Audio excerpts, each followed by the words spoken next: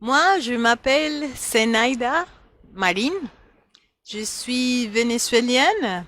Bon, réfugiée vénézuélienne de l'État français depuis juillet 2019. Je suis danseuse, mère aussi. Je viens de finir un master en danse à Paris 8, à l'université Paris 8. Et en faisant une recherche sur l'histoire de la danse au Venezuela, surtout le début de la danse au Venezuela, c'est-à-dire dans les années 50, et sa relation avec la France. Et je dirais qu'avec Sama, avec l'association Sama for All, on a pu avoir un contact avec la culture française à travers les musées, mais aussi pour moi, la chose la plus importante, c'est avoir un contact avec des personnes qui ont vécu le même parcours que moi, c'est-à-dire quitter son pays, et se retrouver à zéro, dans son point zéro, essayer de se revoir dans le futur. On a connu Sama Forol par les réseaux sociaux.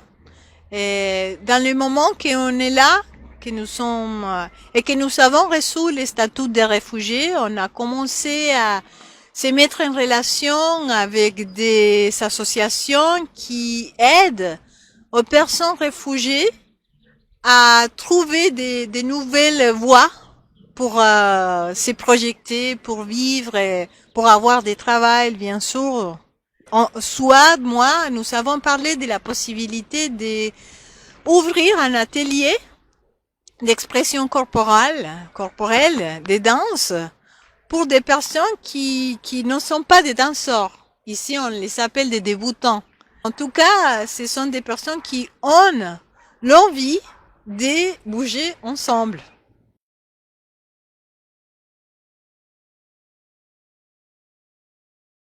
De la danse contemporaine, que c'est le travail que je fais, c'est un espace qui est en mouvement continu. Parce que la danse contemporaine veut continuer à être en contact avec le monde, et le monde d'aujourd'hui. Alors, il continue à se nourrir de tout, même d'une chose comme la crise sanitaire. Euh, disons, c'est une pratique que je crois que son point fort, c'est être oppressant.